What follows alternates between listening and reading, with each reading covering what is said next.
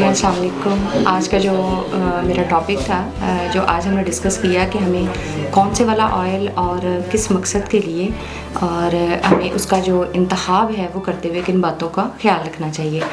इसमें मेरे ख़्याल में अगर हम अपने पर्पस को क्लियर कर लें कि हमने किस पर्पस के लिए ऑयल को इस्तेमाल करना है, तो वो ज़्यादा इम्पॉर्टेंट होगा और वो ज़्यादा अच्छा भी होगा हमारे लिए। अगर हम कुकिंग पर्पस के लिए इस्तेमाल कर लें तो हम एक ऐसे स्मोक पॉइंट वाला ऑयल इस्तेमाल कर सकते हैं कि जो मीडियम टेम्परेचर के ऊपर जो है वो बड़ी अच्छी कुकिंग दे सके।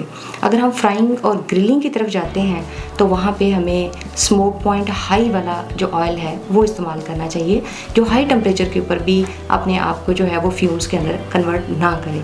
और तीसरी चीज़ है कि अगर हम जो बहुत मीडियम लेवल के ऊपर जो है वो कोई फ्राई कर रहे हैं, ऑमलेट बना रहे हैं, या फिर हम एग फ्राई करते हैं या फिर ब्रेड पे लगा रहे हैं, तो वहाँ पर जो ऑलिव ऑयल है और उसमें भी हमें ये ख्याल रखना चाहिए कि एक्स्ट्रा वर्जिन ऑलिव ऑयल जो है उसी को यूज़ करना चाहिए।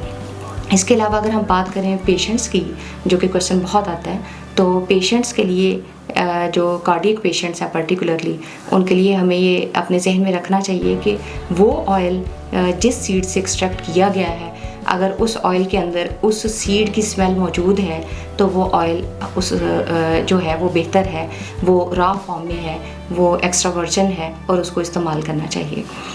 इसके अलावा जो बाज़ार में हमारे पास पाउचेस की फॉर्म में बॉटल्स या फिर जो डिफरेंट कैंस हमें मिलते हैं, उनके लेबल्स के ऊपर बिल्कुल नहीं जाना चाहिए। उनको केयरफुली उनके जो इंग्रेडिएंट्स हैं उनको पढ़ें। उनके ऊपर अगर आप कहीं पे कोलेस्ट्रॉल फ्री देखते हैं तो उससे जो है वो आप कभी भी धोखा ना खाएं, या उसके जो इंग्रेडिएंट्स हैं उनके अंदर ये देखें कि कुछ ऐसे जो कंपोनेंट्स हैं, जो केमिकल्स हैं, वो यूज़ किए जाते हैं कि जिनसे उनकी शेल्फ़ लाइफ को बढ़ाया जाता है फोर्सफुली।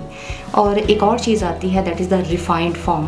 तो जो रिफाइंड फॉर्म है वो कभी भी, जब हम ऑयल इंडस्ट्री की बात करते हैं तो वहाँ पे वो डिग्निफाइड की टर्म में नहीं आती, वो प्योरिटी की टर्म में नहीं आती, बल्कि वो एक प्रोसेस है।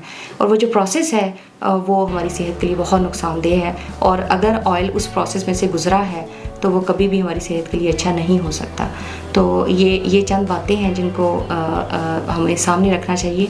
ऑयल की सिलेक्शन में टॉपिक बहुत वास्ट है, लेकिन ये कुछ चीज़ें हैं जो हमें अपने ज़हन में रखनी चाहिए ताकि ऑयल की सिलेक्शन जो है वो हम अच्छे तरीके से कर सकें। Thank you.